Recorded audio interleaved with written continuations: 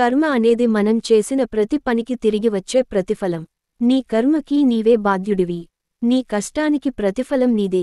కాలం అనేది కర్మలో అంతర్భాగం, ఎందుకంటే గతంలో జరిగినది ఇప్పుడు జరుగుతున్న దానిపై ప్రభావం చూపుతుంది మరియు ఇప్పుడు జరుగుతున్నది భవిష్యత్తులో జరిగే దానిపై ప్రభావం చూపుతుంది. కర్మ సిద్ధాంతం, లా ఆఫ్ కర్మ. విశ్వం ఒక న్యాయాధికారిలాగా కాకుండా ఒక అద్దంలాగా పనిచేస్తుంది.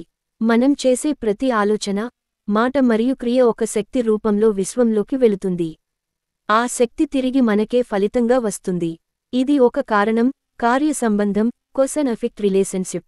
విశ్వం ఎప్పుడూ సమతుల్యాన్ని కోరుకుంటుంది. మనం చేసే పనుల వల్ల శక్తిలో అసమతుల్యత ఏర్పడితే విశ్వం దాన్ని సరిచేయడానికి ప్రయత్నిస్తుంది. విశ్వం మన తప్పులను శిక్షగా కాకుండా ఆత్మ అభివృద్ధికి ఒక పాఠంగా తిరిగి ఇస్తుంది. ఈ అనుభవాల ద్వారానే మన ఆత్మ ఉన్నత స్థితికి ఎదుగుతుంది. ఇది కేవలం ఒక సిద్ధాంతం కాదు, ఒక జీవన విధానం, డివైన్ జస్టిస్.